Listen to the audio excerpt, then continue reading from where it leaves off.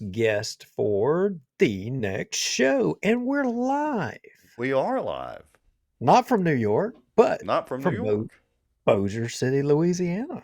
from Bossier City. Okay, so we should be set up for a phone call later for our guest, and hopefully some people will tune in this week. We were down a little bit in numbers, and this show's not always about the numbers of people live watching, because a lot of people watch it on the replay and over the next few days and on the podcast, which we're on most major podcast platforms, the audio version. So, it's not about the instant numbers necessarily, but we were down. But it's also summertime too. I'm happy that we Yeah. have one person other than me and you talking to each other on the show. I'm Yeah. happy. Remember when we were really happy when we hit like 15 people, and then we were really happy when we hit 20? I mean, now we're like, well, if we're below 50, that's kind of a slow night. But you're right. We're glad that anybody watches this. Yeah, and I gotta tell you, I'm surprised that anybody would. I'm sure it's like anybody that starts a show like this. You probably are like, "What does anybody care to hear what we have to say?" I mean, I guess it's the content, and maybe we've shared a slice of good content every now and then in our shows because there are people come back to listen to hear what we have to say. I got to also admit, over the last week, I've probably had at least half a dozen people that have seen me out in, public, various places and all that, that have been very encouraging and said, hey, y'all just keep doing what you're doing. So, 5,000 followers later, for just a run of the mill generic, we had never. I don't think we've ever actually paid Facebook for any advertising. This is all grown word of mouth. So, No, we never spent any money to do that. I mean, we spent money on the software in which you did that, but as right. far as spending money to advertise to people to get them to come over and watch, no, we never did that. Yeah. And speaking of advertisers, why don't we go ahead and let's go do our countdown, our intro ad to help pay the bills, and we'll come right back. And folks, y'all know what to do: tag, share, text a friend, whatever. We have Bubba Don Williams, who is, of course, a Bossier City councilman, coming to talk about Bossier City and increasing taxes or not. Let's do it. Sounds very intriguing. All right, here we go. Countdown begins right now. Just they feel helpless, they don't feel heard, they have nowhere to turn. In all honesty, we try to lay low a little bit because of the fear that we would not be able to camp there. And I titled it A Shot Across the Bow of the Good Old Boys. Hello everybody. I don't think I've ever done a video before on here, but yeah, I wanted to tell y'all what frustrates me a little bit about permits. Cockroach of the week is, drumroll please, Allie Feaster Smith. We can't be apathetic about what's going on in our state. We have to all pull up our bootstraps and get on top of this. So you're right. There's a problem out there. I mean, and man, you can see it everywhere. Well, look, we have allowed government to become our wherewithal to everything. Well, I've not heard my name in stable or Baton Rouge in stable in the same sentence in a long time. You're about to be killed by his Zamboni, or you're gonna die in 5 minutes.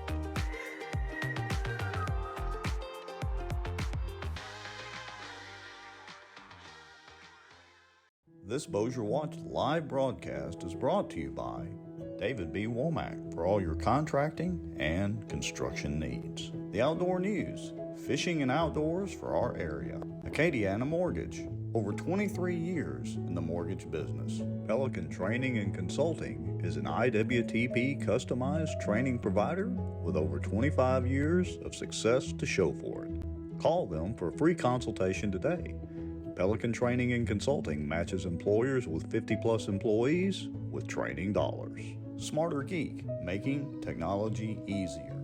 And the many supporters, donations, and folks sharing information and watching out for Bossier. Now, grab your popcorn and a drink. Here we go. You know, I've been debating about redoing that intro. And it's going to take a while because I got to go back and find video and go through old video and pull out, clips. But we've had some feedback from a couple of viewers or watchers that said leave the intro alone. So I'm torn between new intro, similar to that one, add a little bit to it. I don't know what to do. What do y'all think? I wish we had. We need to do this one time. Hey, can't you change the call-in number? Like you can. Well, okay. Wait a minute. I know how that works. Okay.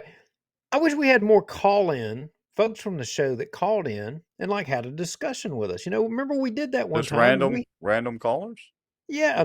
Remember we had a call in, and the person that called in, the first guest, was phenomenal. Yeah, Remember that is. that? I got to go back and find that show. You're right. Well, look, we can put the phone number out there because I can always change it, if spammers get a hold of it or whatever. So, I mean, it's not really a big deal. Yeah, we should do that one show. That would be a blast. Let everybody that's watching the show call in and hey, let it rip. What do you want to talk about? It's kind of like the radio. We hear Moon phone, open forum Friday.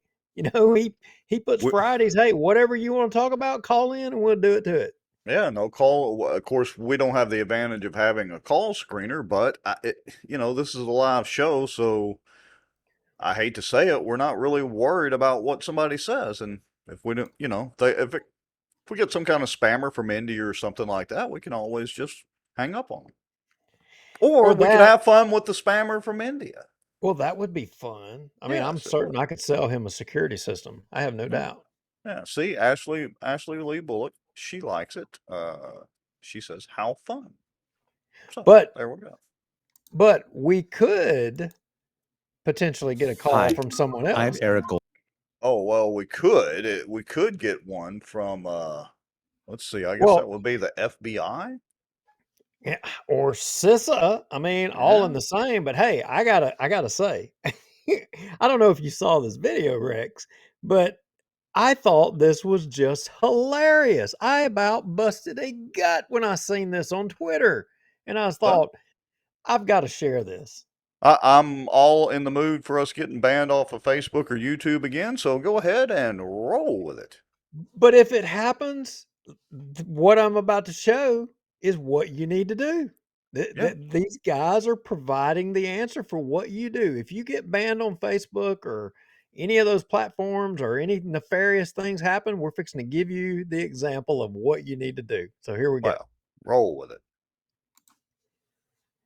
Hi, I'm Eric Goldstein, Executive Assistant Director for Cybersecurity at CISA. And I'm Brian Borndren, Assistant Director for the FBI Cyber Division. Every day, organizations across the country are impacted by cyber intrusions, including by ransomware groups and nation states. But many, if not most of these intrusions are never reported to the federal government. I gotta stop. Never reported to the government. Who knew? Well, but wait a minute. First of all, let's back up. Have you ever seen any of Dollar Shave Club's ads? And there's another shaving deal, subscription deal that you subscribe to. Have you seen their videos? It's the walk through the office, and then they do cut shots and all this. This is literally what these guys are doing. All right. But fast forward to, who in here is going to reach out to the FBI for cyber stuff? Like, that would put you on their radar. Well, I mean, if are you going to reach out to report them to them. Good point. And not only that, the FBI can just call the NSA because the NSA, I will remind everybody, literally had an office in AT&T's building in California, basically with a direct plug-in to all of our phone calls. All of them. This is absolutely hilarious with, the Missouri versus Biden case, which our Louisiana Attorney General's office is engrossed in. We know that this agency, these guys, the FBI and CISA, are all intertwined in censorship and invading everything. And they're supposed to be they're talking about defending you against foreign actors. They've took more action against American citizens than they have foreign actors. Yeah, that's a good point. And look, I'll remind everybody about this, and no offense to the Cyber Innovation Center or whatever that thing's called over here in Bossier. Anybody that uses cyber to describe something, that's literally straight up from the 80s. That should tell you everything you need to know. Well, these guys would have been better served, like you said, to have done a commercial for the Dollar Shave Club. It would be more believable than this right here. This is a waste of taxpayer dollars, without a doubt. I wonder how many takes they had to do to get this right. How many times they have to walk up down that hall? I don't know. Let me give you a piece more, and then you can formulate a better guess. All right, let's finish it. That's right, Eric. But with your help, we can support your organization in the event that you become a victim of a cyber attack. While the challenges we face are significant, they're surmountable.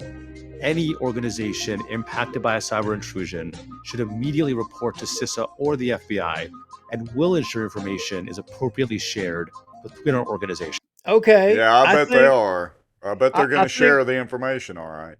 I think Catherine Engelbrecht and Greg, that reported Koenig to the FBI, I'm thinking they would disagree. I mean, because they reported the fact that Koenig, election software, was basically sending all of this information to China. And what did they do? They turned around and went after them. But but look, here's a real simple example. It's been well documented now in the last year, basically, finally, that the Hunter Biden laptop story is absolutely real. The FBI, pick your three-letter agency, knows about it. They've got him smoking crack cocaine on video, dealing with hookers, pimping, verifiable documentation of his pimping activities, all this stuff. They've done nothing. We really expect them to do something about cyber crime? Anyway, it's laughable. This is it's not even a funny joke. It's not even funny. It is a disgusting waste of taxpayer dollars. I would tend to agree with you wholeheartedly. Well, anyway. All right. So where do we go from here now that we've set ourselves up to get ripped off of social media permanently? Maybe that's the goal. I don't know. It's very frustrating. All right, let's. Oh, I got it. Speaking of censorship, we have folks that tell us that the DA's office censors them, and censors their social media and all their stuff. We know that the police jury, they cut off commenting. People can't, if you want to come comment, you can come to the meeting, but you can't do it on social media. Well, there's more censorship going on, except this time it's down in the legislature. Yes, I did see that. Who was that? Jamie Marie Pope, our good friend, got herself almost, well, I don't know. I guess it's not even almost. I guess she did get in trouble in the legislature. That's right. She did. And let me stop sharing and let me jump over to. It was Jamie Marie Pope in the balcony with the cell phone. This is almost like a game of Clue or Clueless. Wrong one. Whoops. I'm trying to get it. I got the video. Okay. Well, if not, I can find it here somewhere. I think you shared it out on the Bossier Watch Facebook page, right? Having a little problem. It's in the notes. All right. Let me go find the notes real quick. Hold on just a second. There we go. Copy. And by the magic of technology, give me just a minute. And I will share my screen. Now, let me see here. Here we go. This is going to take me a minute here. Let's see. Screens. Let's click this button and this button and this button and this button. Aha! Look at there. Okay, through the magic of technology, I think this thing's about 4 or 5 minutes, right? If you will jump to the 227 mark and a little bit of, trying to prepare folks for what you're seeing here. Mm-hmm. So she's up in the balcony. And if you've never been to the legislature, you have like a balcony to where everybody, the guests, can all go up to where they can look across, the house floor and they can see everything that's going on. You see the light kind of in the background there with all the names of the legislator that posts how they vote, yes or no, and you got the Speaker of the House, the gavel working the Right. room, right? Right. So she's up there and there's hardly anybody there. Believe it or not, that happens a lot where there's nobody there. And she's just sitting up there, she's videoing. But what they're doing at this moment is they're actually changing their votes. They've already voted on a bill or some bills, and at this point, the speaker is fielding vote changes, and people are submitting requests to change their vote on certain issues. And I think in this case, it was House Concurrent Resolution 114. I'm not 100% sure. Doesn't matter, but she's just videoing who is changing their votes. So like, why is that important? Well, unless you were really watching this video at this time, or you seen this, or you're watching the House video, you might not would see that they voted for something, but then changed their vote to vote against it. All you would see is that they changed vote either for or against the end result. You wouldn't see that they actually voted for it in the first place. So why would they vote for something if they didn't know Right. which way they were? True. Anyway. Okay, so let me see if I can get the audio. Hold on just a second here. I'm having a little bit of a tech issue. Just a second here. All right. Let's see if that will play. All right. Let's see. Why do I have no audio in this? All right. Well, you can probably share my screen, and we may be able to get it. All right. Let's try it that way. Hold on. Yeah, the one that y'all taped up randomly when he got mad at me last session.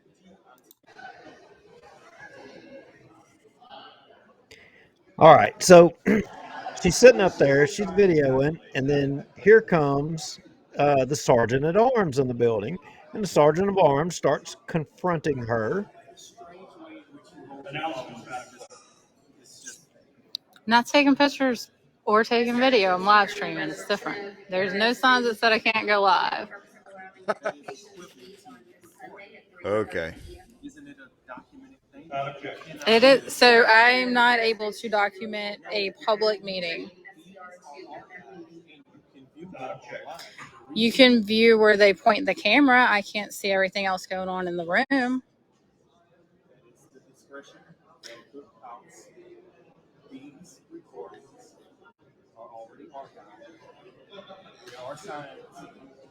Well, can you show me the statute so that I can better understand? I can show you the rule. I can show you the rule, and I can show you the sign that says what the rule says. Okay? Yeah, the one that y'all taped up randomly when he got mad at me last session.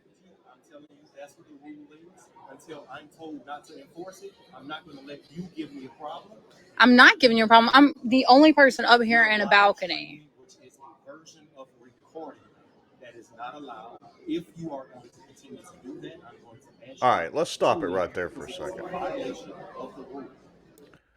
So I did check the Sergeant at Arms page on the legislature's website, and it does say, no photographs. Now, arguably, a video is a series of still photos with audio embedded in it. But it doesn't specifically say you can't video. But here's the stupid thing. The legislative sessions are live streamed and then put up as archive videos, correct? They are, but I'll play the other side of this and explain what Jamie Marie was pointing out. She says that it's one angle of the camera, and that angle of the camera only has in focus the Speaker of the House and the well of the chamber or whoever comes to the mic. It doesn't have what's going on the sides and the jockeying between the legislators, which is telling in itself, you know, of the politicking going on to get people maybe to change their votes. Right. And I fully agree with that. So it just seems to me, because those are public meetings, correct me if I'm wrong, but anybody, as long as there's not an overflow huge crowd, can go attend those meetings, right? Can go attend the legislative sessions. That's true. That's true. Well,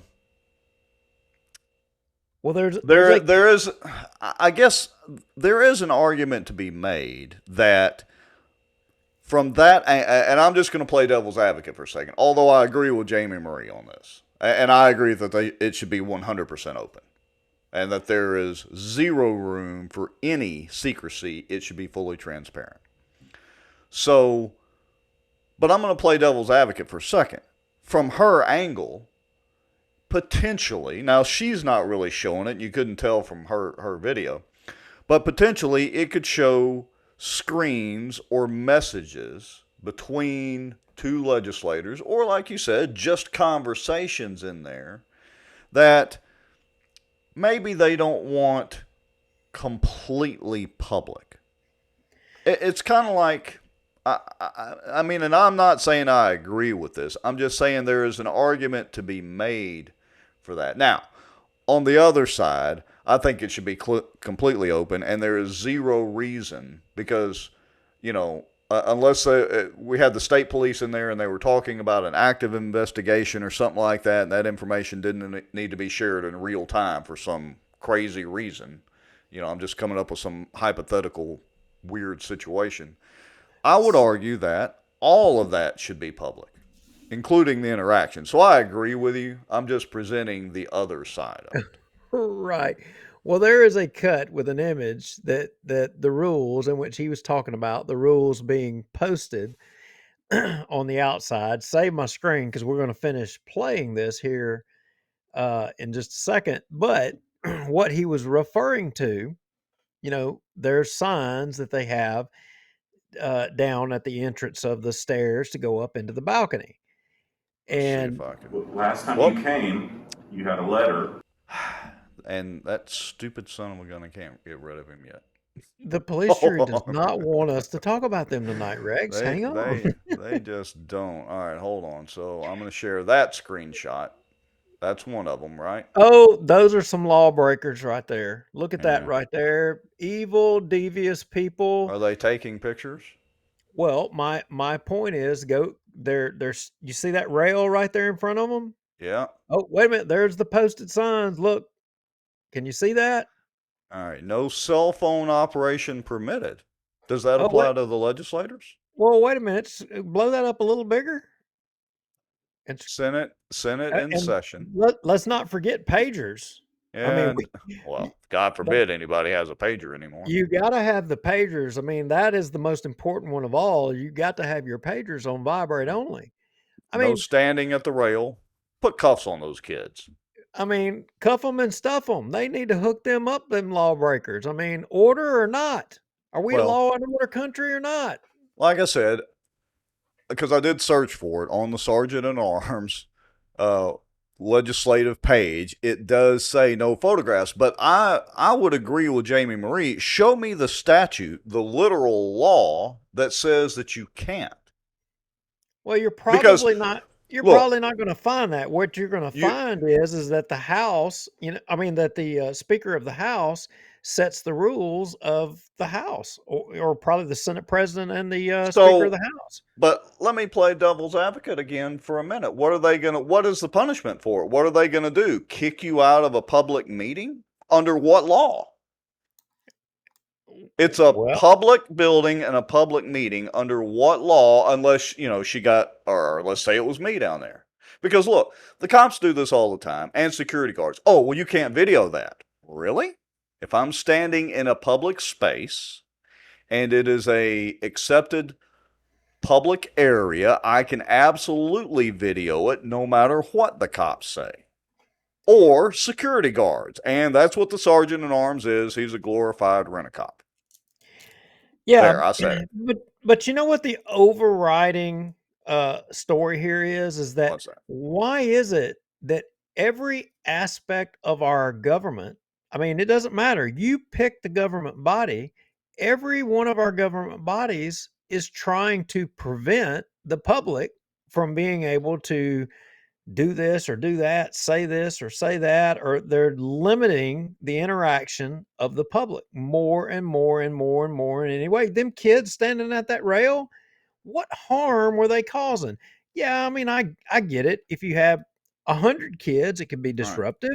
I mean, but Jamie Marie Pope, when we go back to that video, she's literally, and I believe her when she says this because I have been there, right up there in the balcony, and I'm the only person sitting up there. I mean, and there's a lot of times she's there regularly reporting. That's what she does. That's what her job is. She probably was the only person up there. Mhm. And this video twists and turns a little more because ultimately this sergeant at arms ends up accusing her of being violent. Being violent. Is she sitting there being violent and disruptive with that phone? What drew his Well, she attention to might. come up there? She might be a terrorist, Duke. There's a security aspect to this. Did you not learn that in your fire and EMS training and all that? She could be sitting there videoing the inside of that building to send back to some. It's got to be Russia. It's always Russia, so it's got to Well, be yeah, Russia. I was going to say some Muslim terrorists, but I guess that's not politically correct now. It's got to be the Russians. She could be sending that back to the Russians or the Chinese for that matter. I mean, come on, dude. Didn't you think of that? Oh, I know, but that's why you've got CISA and the FBI. I mean, you saw, we showed them. We showed them. The haircut for men or whatever guy. All you got to do is call him. He's got it. Yeah, well, I don't know. Well, So how did this end up? Did she go to jail? I think she got cuffed and stuff, but hang on a second. Let's let this finish going here. Okay. Okay, well, can you show me where it's written so that I can understand? You just said that you would show me. I'm asking, will you show me where it's written?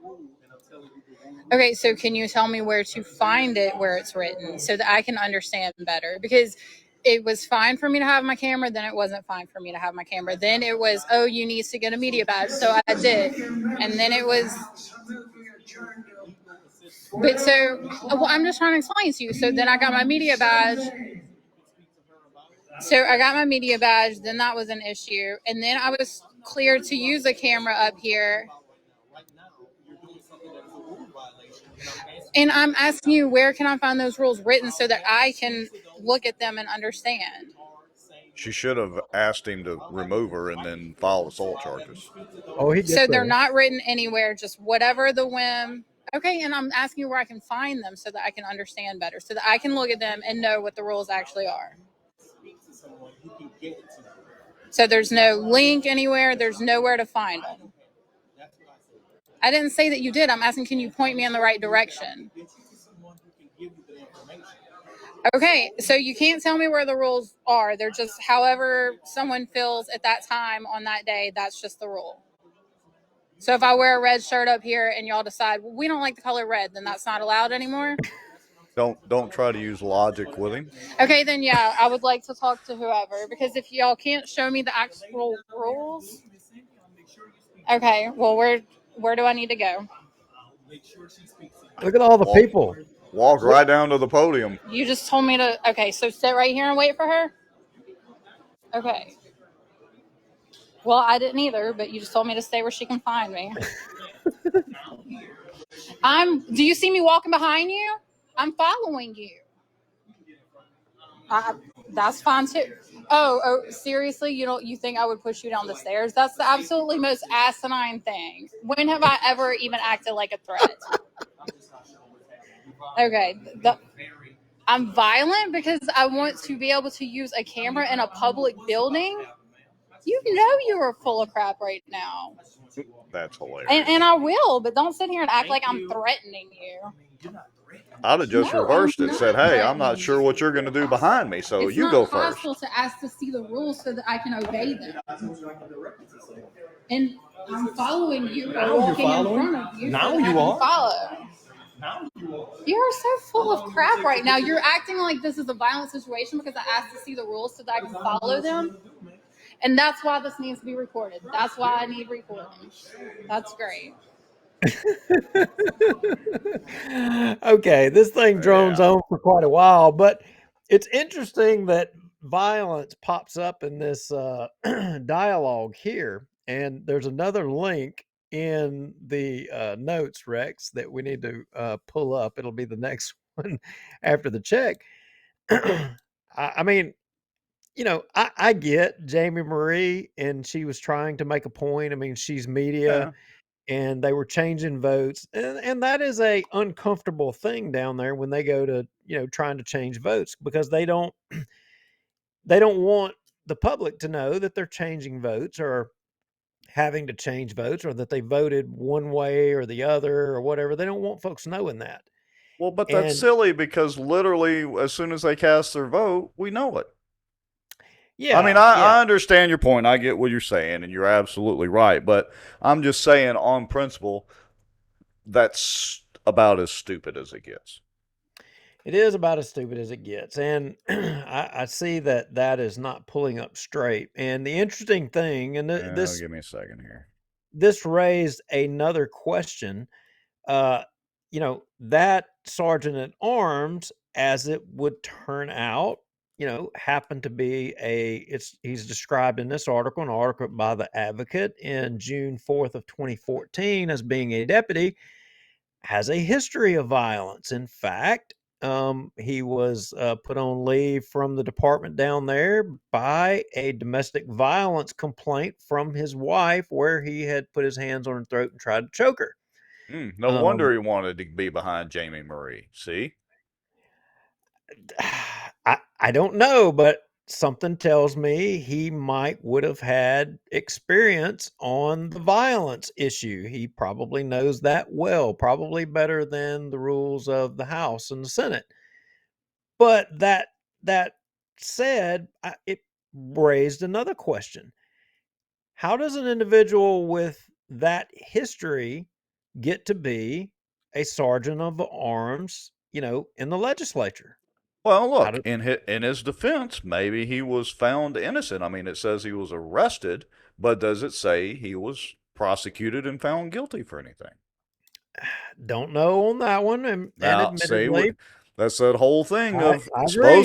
supposed to be innocent until proven guilty, but as we all know in America, you're guilty and have to prove your innocence.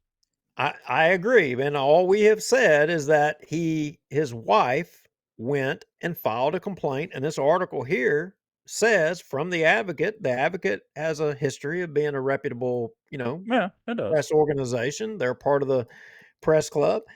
I mean, it says in there clearly that she went and filed, the paperwork and described what it was. How it panned out in the court system, I mean, who knows? Yeah, well, we'd have to follow up with that. The couple had been shouting at one another when Lewis started choking his wife. He was still in uniform. Chief said it wasn't the first time officers had to respond to a domestic disturbance involving the couple. Well, that's interesting. Anyway, okay.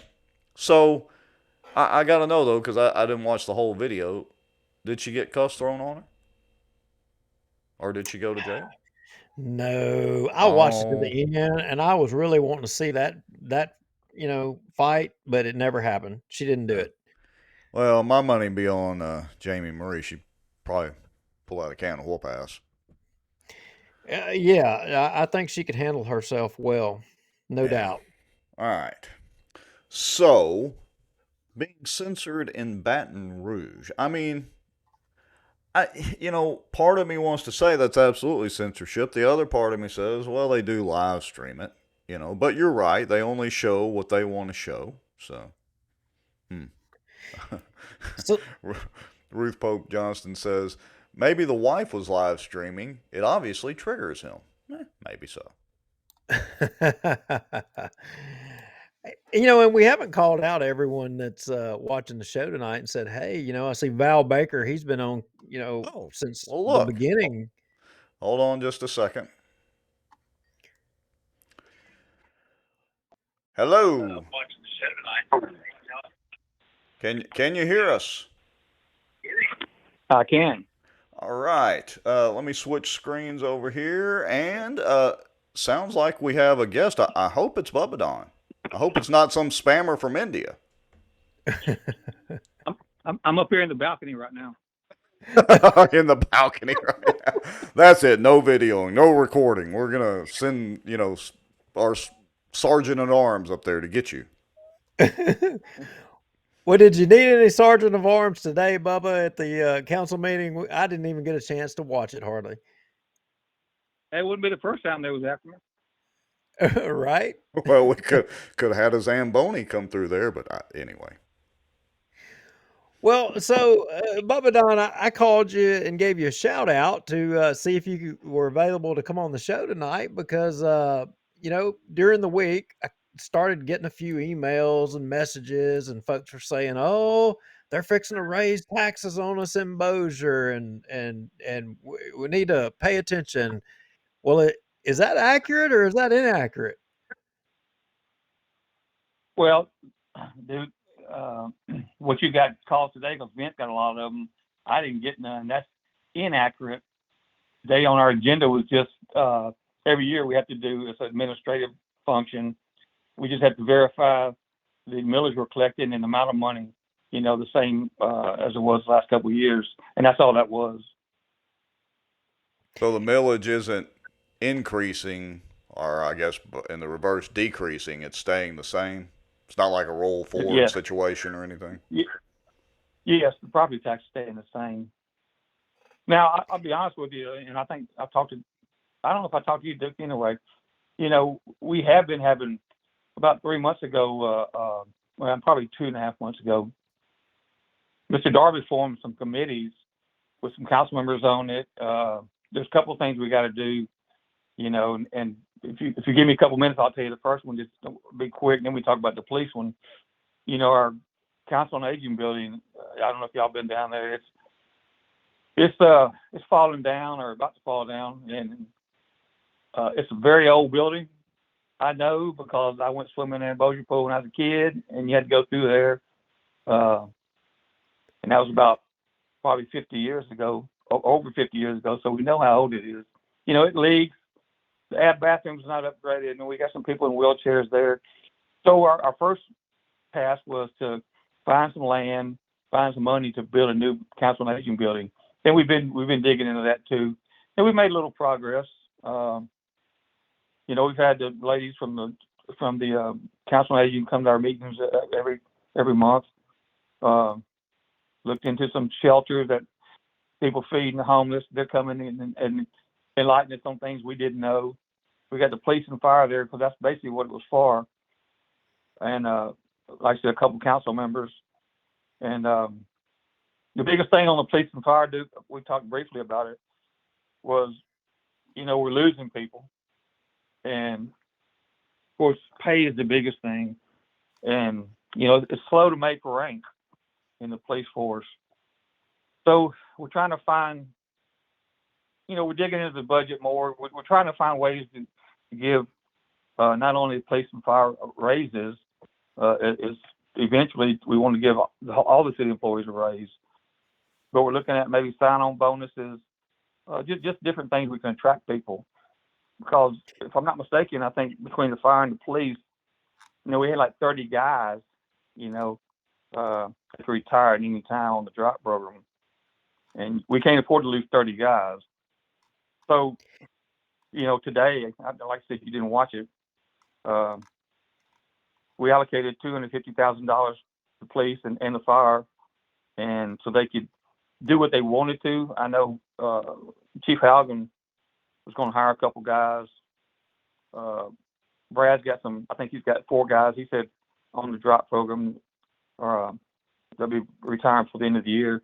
So he's going to do some different things. And we left it up to them. Next year in the budget, we got $500,000 for each one of them allocated. Just to get started. Like I said, this is still we're in the early stages of talking about all this, and we're trying to find some money that we can help the police and fire, and like I said, all the other city employees also. We all, I mean, like you were saying, I think it is that you've got a lot of attrition, that's about to take place within, both departments. And, with that attrition, you found yourself in a position where maybe we're not as competitive with other municipalities, across the country and across the state. And, I think what you're saying is it's kind of growing pains, and as well, I think as a city and government in general, you're having to find yourself in a position that you've got to transition a little bit and maybe look at the whole picture a little differently than you have in the past. Money's a different animal today than what it was even 20 years ago. And so y'all been at it. I think y'all been at it a couple of months now, trying to look at a couple of different ideas, and you're still working on it, is what I'm understanding you're saying. Yeah, like I said, the fire chief, police chief, and a couple of different people from the departments have been there. We've even had the amazing Matt Lauterbach with some of his guys on his shift there, and it's just giving us ideas, trying to help us solve the problem, which is good to have a union leader there. And, like I said, we're still working on it, but it's something that we're working towards. Hopefully we get this thing figured out, and hopefully by the end of the year, come budget time, we can do what we have planned to do. Well, Bubba Don, let me ask you a question. So if I remember right, but my numbers may be a little off, at one point in time, y'all had something like, was it a dozen or maybe more police positions open that you haven't been able to fill?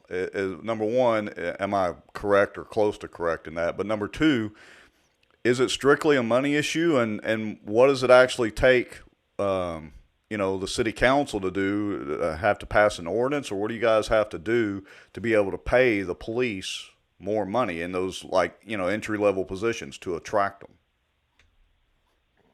Well, as far as being short, right now the police is short 10, and he does have some in the academy, and the fire department is short 7.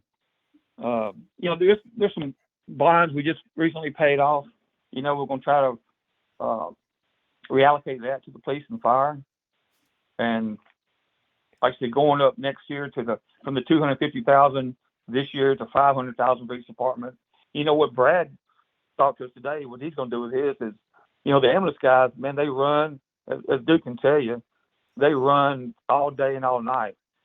He's going to bump them up $50 a shift or $50 a month for, riding on the ambulance. And just things that they can come up with too. So that helps us out. And that's, that makes them a little happier to get a little bit more money. Well, Yeah. I hadn't checked, but, and maybe y'all talked about the meeting. To be honest, I haven't watched the meeting today. But how competitive is Bossier City, as far as the police department's concerned, with other municipalities of similar size? How competitive is Bossier City in pay? Do we have any idea? I saw something last month. I want to say it was last month. It could have been a couple months ago, but we were near the bottom. So that's our problem. There was one guy that used to work for the police department was there. I think it was last month he was there, and he spoke. I mean, we have people coming in that again, people that we don't know that used to work there that's trying to help us too. He said basically he left because of the pay. And it's very slow to make rank. So that's just, that's our pains right now. And we can find the money. We're going to do that. It's just, like I said, it takes time because we got other things we got to do also. But the police and fire right now are our number one priority, of course. Well, Well, I, go ahead, I, Duke. well, I was going to say I like to recall the days of George DeMint saying, Bossier City is a crown, and we have jewels in the crown, and he described, the police and fire department as jewels in the crown. And I can tell you, as an employee, I appreciated, that description because, when I became a fireman. I mean, Bubba, you remember you were there, and I say that jokingly, but you know, when you took the job. You was like, I'm not going to make a lot of money at this. It ain't about the money or whatever, but I'm going to have a good retirement, and I'm going to have an honest career, and that was the case. Nowadays, it doesn't seem to be that way anymore. It seems to be that I don't know. People can't necessarily count on the retirement. I mean, I know the city has a high contribution rate to the retirement. That's been something that's kind of nagged municipalities across the state is the pension systems and of course other expenses as well.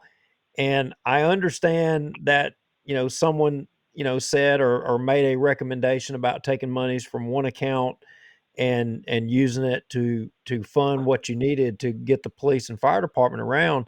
I know y'all are looking, but is there any flexibility in any of the other you know pools or pots of money that can get us by until maybe we get some relief from these uh, you know bonds and debts that we have?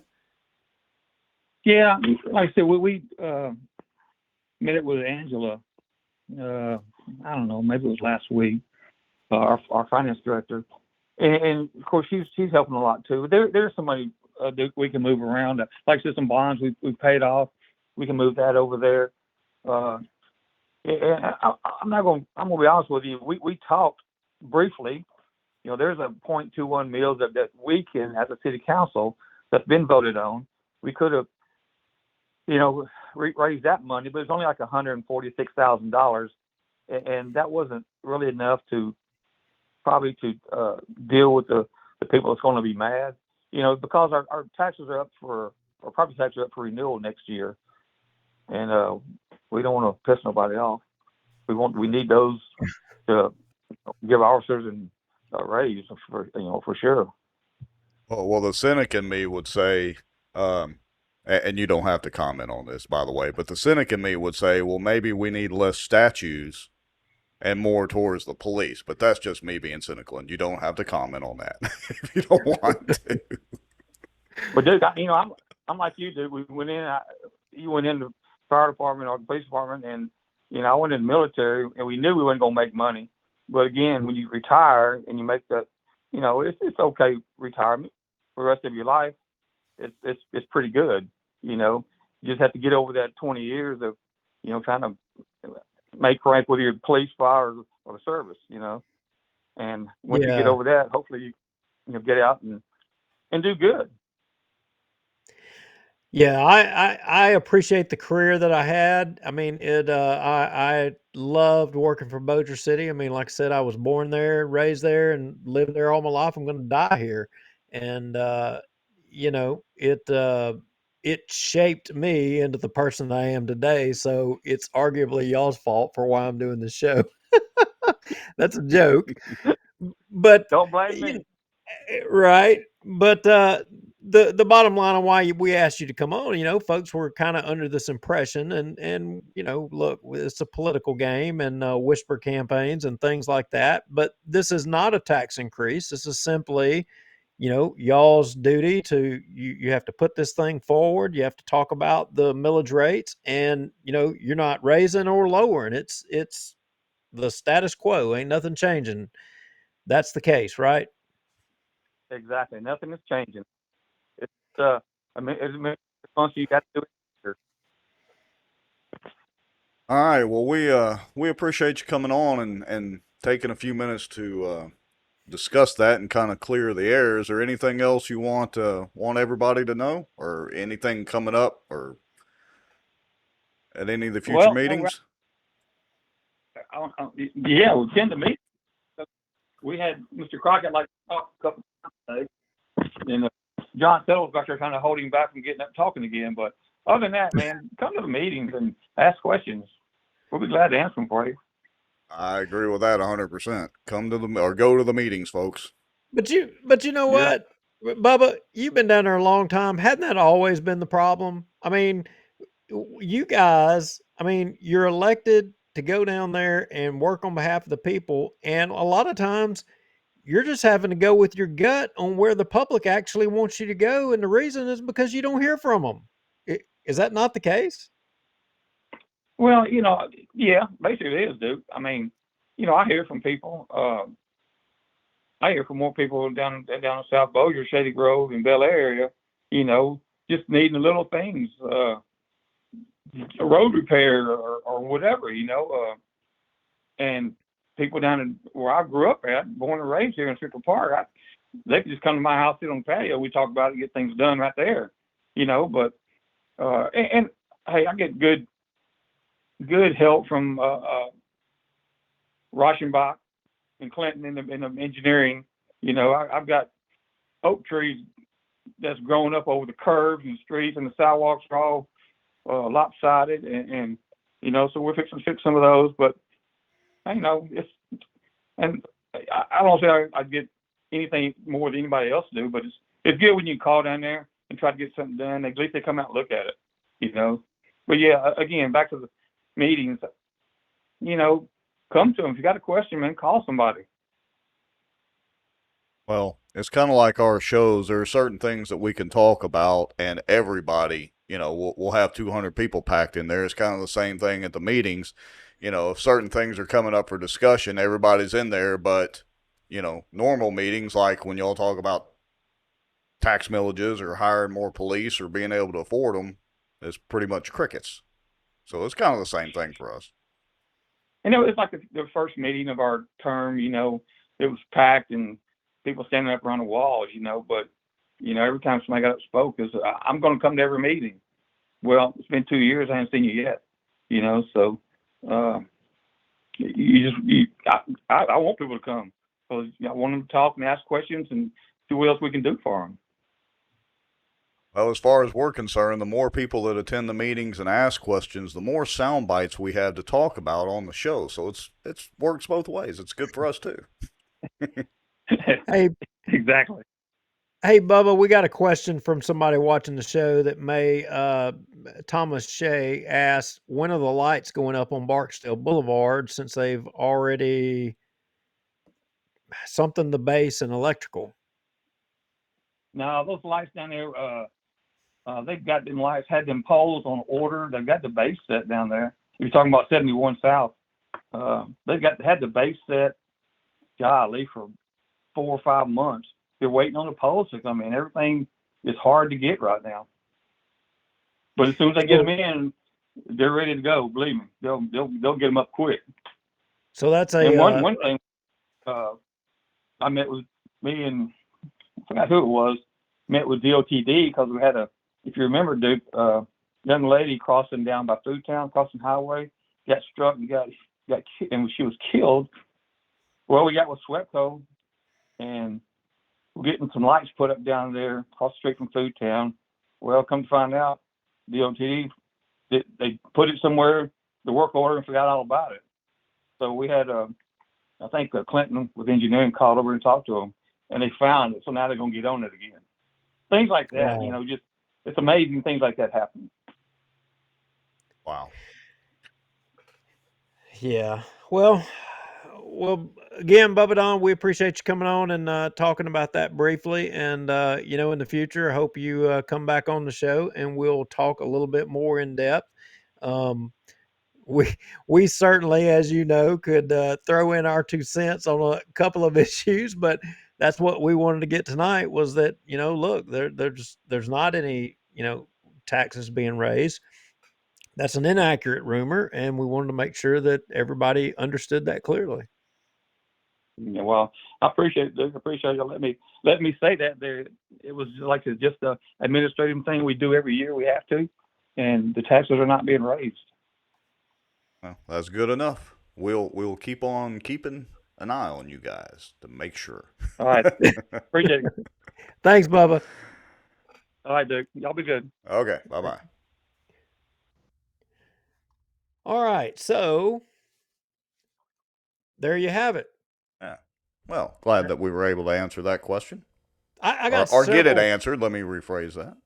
I got several calls. People were saying, "Hey, they're down there plotting and scheming to raise taxes. They're going to raise taxes. They're going to raise." And I called Bubba, and he's like, "Do what?" He's like, "No." He's like, "We're not doing that."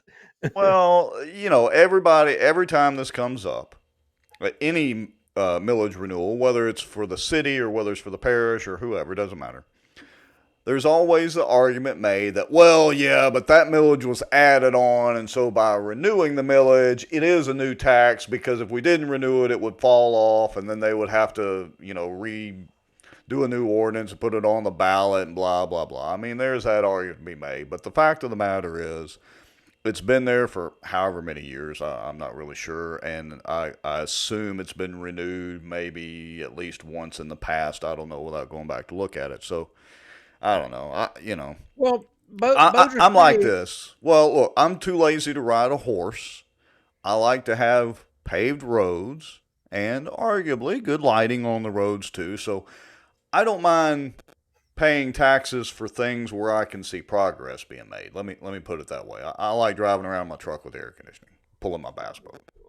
Right. Well, look, there is an expectation of folks of what they get out of government, and when it comes to, public safety, I mean, they expect, their city to provide them with police to ensure that safety, and they expect to have in Bossier City at least, a fire service that can fight fire and hopefully, save and protect their property and effect rescues as needed. Those things, and to be able to do that, it costs money.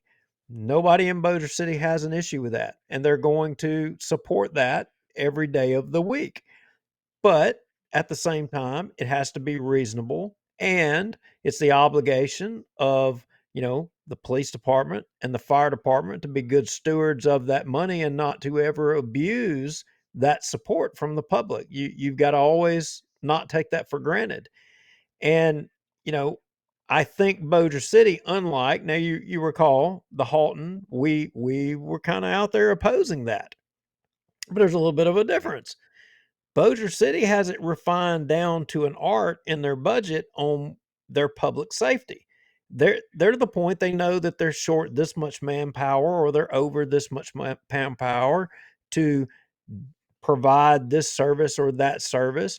You know, their problem, and we didn't really push Bubba on it or go into a whole lot more detail, is where they've spent money historically over a long period of time that's got them to the point to where they're having to shuffle money to maintain now. And that arguably comes from the debt service that they have on all of the expenditures that they've had over the last, I would argue, 10, 15 years or whatever.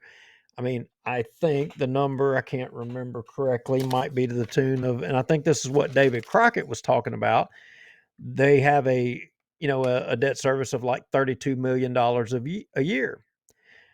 Well, Yeah, that's a lot of money that could go to other things. right. And so, I think in the short term of about 10 years, it'll be 10 to 12 years is when they will see some of that debt, the large portion of that debt will fall off and be paid off to where you would have a large, substantial amount of money that would be available to fund this. But I mean, that might be one of the only criticisms I have, but do they have reserves that they could pull from right now? And that's what he was talking about. They have options, they have places that they can pull money from. And Thomas Shea, boy, hitting a home run there. Does that include the Tahoe gift from the fire department? Very interesting question. Hold on a second. Let me see if I can get. Well, Thomas Shea, I would contend, I've been retired for a while from the fire department, but why do we have three medical directors? And to my understanding, why do the three medical directors all have salaries, and why do they all have Tahoes or have vehicles? Yeah. I don't know that that is a good deal. Now, granted, the call volume now today may have increased such that it demands to have 3 medical directors, but back in the day, we didn't have 1. The medical director was the ER doctor at Bossier Medical Center back in the day.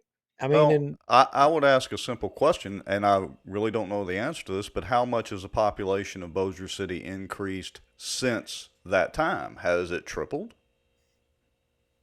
And I don't know. were y'all short staffed back then as far as a medical director? Oh, well, as far as a medical director, no, we used the ER doctors at Bossier Medical Center, but the city of Bossier owned the Bossier City Medical Center.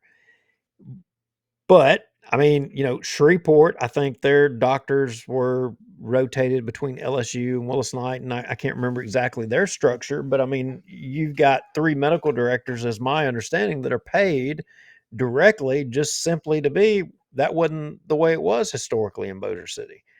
But for some reason, now it is. And Yes. Our good friend and former amigo of the 3 amigos says, good to hear, Shane Cheatham says, good to hear that they are adding more money to the budget for public safety. We need more officers on the streets to keep crime out of the city. And look, I would argue that most people in Bossier and most people outside of Bossier have the relative feeling of safety in Bossier City. I can tell you from raising 3 teenage boys that, let's just say there are a lot of things that happen in Shreveport that won't come across the bridge because they fear the Bossier PD. Let's put it that way. And I would argue that that's a good thing. Now, Bossier's got its crime.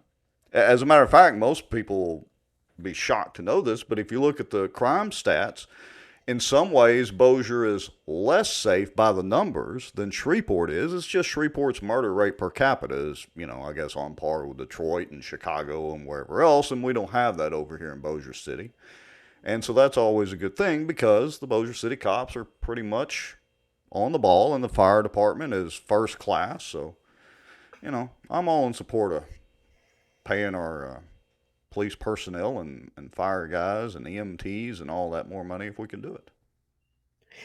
well, I mean, if I was in government, and this is why probably I'm not in government, I would be thinking more along the lines of, let's say, like I think Bubba said that we ranked. What did he say? We were at the bottom. Right? When we looked Yeah. at the numbers or what have you. Mm-hmm. I mean, I would think a good idea would be to peg the salaries of the police department and the fire department at the Southern average. And if you pegged it at the Southern average, then as a government, you would be able to budget appropriately. I Yeah. mean, you Yeah. Good you would be point. able to budget better, and you wouldn't have these surprises in manpower and overturn. Maybe you would have a more stable workforce.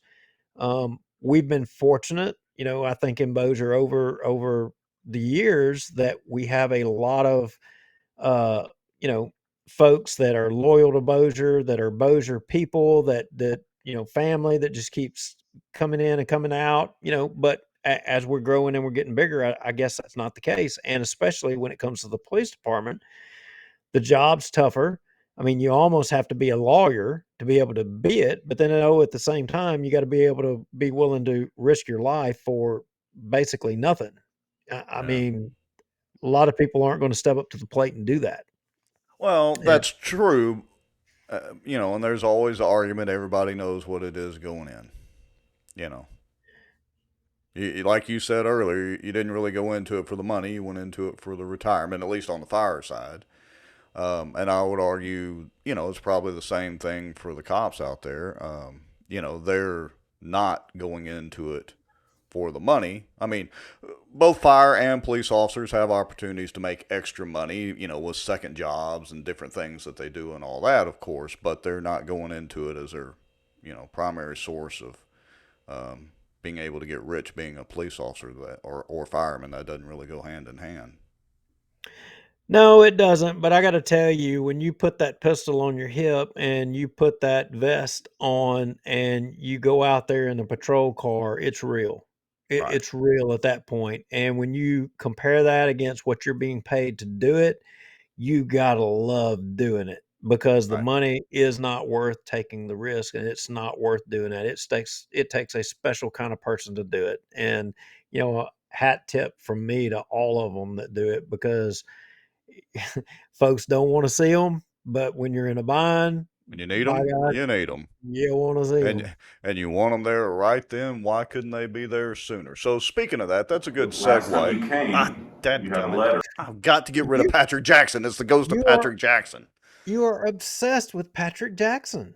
I've got to get rid of this scene. He's stuck on here. I can't get rid of him. Okay, so segueing over, speaking of officers putting their lives literally on the line, we got a couple of things coming up. One, on the right side of the screen, you can see that there is a benefit tournament for Officer Kenny. Is it Gallon or Gallion? Not sure if I'm pronouncing that correctly. Yeah, I thought it was Galleon, but I thought so. it looks like Gallon. No Yeah. offense, Kenny, No but offense. Yeah, either way. So, but there's a benefit tournament. There have been several events to fundraise for him. Of course, he was the Bossier City police officer that was involved in the Valero shootout, I'm calling it, and literally risking his life as well as the other officers that responded to help those in need. I think there were wasn't it 3 people murdered, 2 or 3 people? I can't remember correctly. yeah, something like that. Yeah, something like that. So that was unfortunate. But anyway, there's a benefit fishing tournament. It's being, as a matter of fact, put on or hosted by a couple of firefighters. And so that's always a good thing.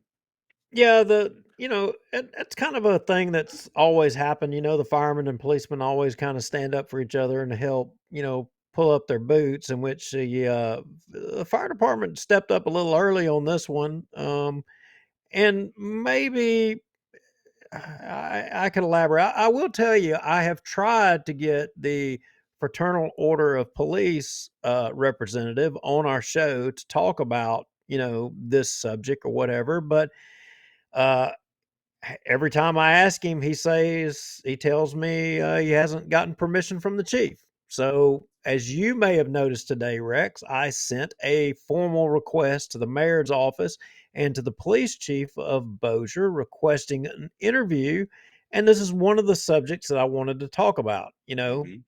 I guess because they know that we've been critical of Bossier City and Bossier City government in the past, maybe they don't want to talk to us. But, the question that I wanted to ask and I wanted, the chief to explain, I mean, or the head of the FOP is, why should we be having, because a lot of people don't know, why should we have a fundraiser for a BCPD officer that was shot? You know, Maybe it's because his salary doesn't pay enough to cover the bills for him and his family. And maybe as a result of being shot, he can't work his second job, that it takes to pay the freaking bills. How hard of a question is that to ask? But I'm taking away Well, from the subject, but I'm a little peeved right now on this subject. asking the question's not the problem. It's answering it. Well, it's easy to Yeah. ask, difficult for them to answer. So anyway, if you bass fish at all, they're having a tournament. It's what would it be, Saturday, June the 10th. It's at Caddo Lake. Earl G. Williamson Park is where they're going to have the weigh-in. The entry fees are $150 per boat. You can have up to 3 anglers per boat, so that's interesting. Usually it's just, a team deal, 2 people, but they're allowing 3 people. 5 fish limit, first cast 6:15, last cast 3 p.m. Got to be in the weigh-in line by 4 p.m. It is a trailering event, so that means that you can, as long as your entry fee is already paid and you're registered, which you can do online beforehand, I think up until Friday. As long as you're registered or whatever, or you go by Earl G early Saturday morning for registration, you can trailer, put in anywhere. You just got to come to, back to Earl G for the weigh-in. Anyway, and so there's the guaranteed prizes. We'll make sure, I think I've already shared that out once on Bossier Watch. We'll make sure and share it out again. And it is being put on by Peyton Grantham, who was a former high school league angler. His dad is Rusty Grantham. who is a firefighter also. Anyway, and Randy Hicks, they're helping put this on, and so it is a benefit deal.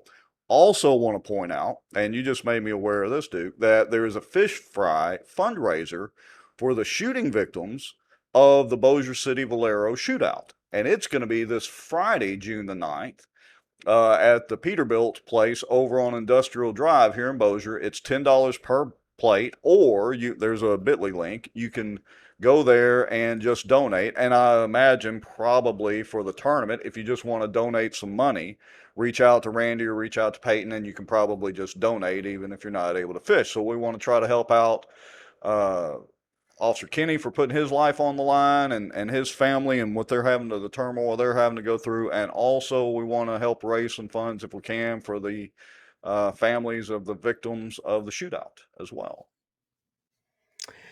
Yeah, I mean, hat tip to Peterbilt off of Industrial Drive. I mean, hey, I wish you guys were a little more responsive to parts when I come in there. Like maybe lower the bill a little bit. But hey, hat tip to Peterbilt out there. Good job, guys.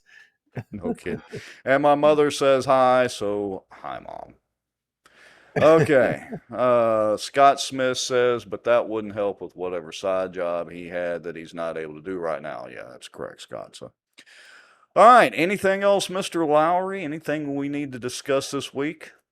Well, I did want to point out, did you see that there was not a Supreme Court, but a Third Circuit Court, Federal Third Circuit Court of Appeals ruling today regarding concealed firearms or felons and or being able to boy, I'm butchering this. I was going to say, now I'm confused. Felons and concealed firearms, which are not supposed to mix anyway. Well, I am jumping between notes and I am all over the place. Anyway, I've got it in the file folder, and I really haven't had time to completely review it because it didn't come out until this afternoon. But it was a Range v. Garland opinion. Yes. Okay. Yes. Let's see. Give me a second here. Whoops, I lost you. Oh, you're still there, audio-wise.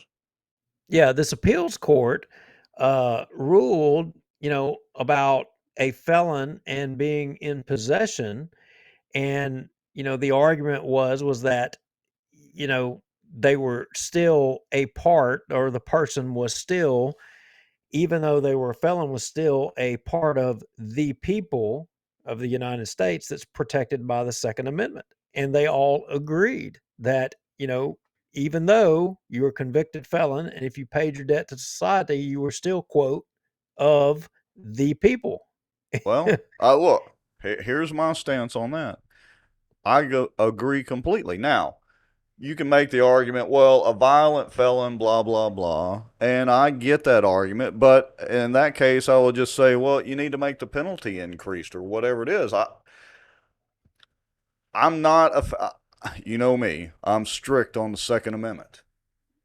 And I believe that if you are a felon and you have paid your debt to society, whatever the judge and jury ruled, at the conclusion of that, or the fulfillment of that debt, your voting rights should be restored, and your restrictions from firearms should be removed. Now, you want me to pour a little hot sauce on this open wound? Do you know what this individual in this case was convicted of? I have no idea. I hadn't even read it yet. Making a false statement to obtain food stamps. He lost his gun rights over making a false statement to obtain food stamps. This was in Pennsylvania. Let me go take my blood pressure medicine again. Look, I'm not advocating for lying to get food stamps. You never know somebody's situation. Maybe they were down and destitute. Maybe not. Maybe they were trying to scam the food stamp program. I don't know. But losing your gun rights, having them removed or restricted over making a I mean that I guess making a false statement to the FBI or to the cops would be a felony too. I don't know. I guess it depends on the state, but that's just grates on my nerves. Let's be nice and leave it at that. Well, a good friend just messaged me reminding me about Danny McCormick's bill today. He Oh had yes, to, constitutional carry. yeah, well, it kind of passed through everywhere, but it got sent to one of, maybe it was the finance committee, I'm not sure, but he had to defer it, and reason being because it was going to cause a shortfall in money, and so it's gonna All right, so it's let gonna me have to be come back again next year. let me be clear. I'm going to get you. Now you got me fired Go up. ahead, go So ahead. All right, it's my turn to twist your bolts. I I wholeheartedly agree with Danny McCormick's attempts to do this because he's done it, on multiple occasions. I want to be clear that constitutional carry is not his efforts are not an attempt to give us the ability to carry concealed. It's to remove the damn restrictions on our legal right to carry anyway. It was legal up until they passed laws to restrict our damn rights. And I would argue also that our good friend, the sheriff, the Louisiana Sheriff's Association has fought this for years. Now, I think they've changed their position and softened their position since, our good friend, Mr. Whittington, has been a part of that association and all that. So I'm not going to throw him under the bus too much. But they fought it in several years ago. It's just stupid. More than half the country, as far as states, now have constitutional carry. I would remind everybody that those states have simply removed the damn restrictions that were put in place to keep you from carrying your weapons. Ugh, it's just aggravating. And look, like I said, I appreciate Danny's efforts at the bill. I had no faith in it anyway, really, because that means that the governor said he's going to veto it, so our legislators would have to have the kahunas to actually override a veto, and we know they're not going to do that, so it's all for naught again. Okay. Well, I'm certain Danny McCormick will bring it back next year, and they've. I would suspect that they're finally on the last leg, and then of preventing him from being able to get this through. And in Danny's words, his bill was to bring recognition of the Second Amendment back to Louisiana. That was how he described it. I agree with him 1,000%. It's just stupid. To have to do it, I mean, in principle, is stupid. So I'll just leave it at that. Let's see. Our good friend Chris K says, remember, if you are an honorably discharged or retired veteran, you can conceal carry in Louisiana if you get the veteran designation on your driver's license, have a DD 214 in possession, or your retired ID card. Yeah, you're right. That's great, and thanks for reminding everybody, Chris, that our honorably discharged or retired veterans who could carry weapons, at least some, at some point in the military, only have to jump through a couple of hoops of fire to be able to exercise their lawful rights in Louisiana. But I appreciate you reminding us, Chris. Mother may I to the state. That's right. That's right. Well, or you can just, FBI or CISA right there. Yeah. If you know about any Russians, let them know. They'll handle up on it for you. Yeah. All right. You got anything else this evening, Mr. Lowry? I'm done. I do have another announcement, but I tell you what, I think I'm going to hold off on that because I really would like to get David Crockett on the show. I really would like to get him on the show, and but we'll do that another time. Okay. Hey, next week I got a guest ginned up that may be going to come on. Tentatively, we're on track for it, but remember that guest I told you about that was going to get us maybe kicked off of social media? I've just got us relatively stable on social media, and there you go, trying to get us kicked off again. But yes, I do remember. I'm doing my best. I'm trying hard to make it happen. But hey, I think we're going to finally have him lined up, and we're going to have a presentation, and he's going to make it. And you guys Is are going it? to get educated on the deep state, election integrity, and those guys that were telling you to call them if you see something nefarious. Call them, CISA and FBI. I Well, think he's going to say otherwise. I will say that I've watched, and I'm not going to name him. He is a very interesting guy, and I've watched some of the videos that he does have online. So I've got some interesting questions. I think it's going to be a good show, and we are working as well on some debates between now and the election time, because that is that is fast approaching, and you folks have got a lot of decisions to make. Lots of them. All right.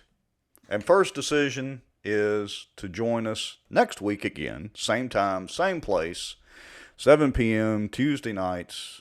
We try to get a little notice, at least the day before if we can, but sometimes, honestly, we don't know the topics till the day of, so that's why they're, sometimes mid-morning or noonish of the day of. So I try to get them before. But anyway, so if we confirm our guest, we get him lined out, we'll put up a notice as soon as we can to give everybody plenty of time. And we appreciate Julie Ferris with Pelican Training. We also do appreciate David Womack for helping us out and covering the cost, because this is not free. If you want to help or donate, go to bossierwatch.org. There's a place on there you can donate or buy a coffee mug or something like that. Nobody's bought any coffee mugs lately. We need to sell a coffee mug or two. Hey, and one one little thing I just want to tell everybody. So you've got a big battle going on down in the legislature right now, and a lot of you may have heard, you may have not heard, and I'm going to go on and give you all a shout out and give you a little bit of a direction. So we've got a lot of surplus money down there, right? A lot of it. And there's two sides to this thing.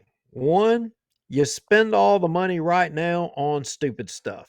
You spend the money on stuff that, basically on a new ball cap or a new t-shirt, right?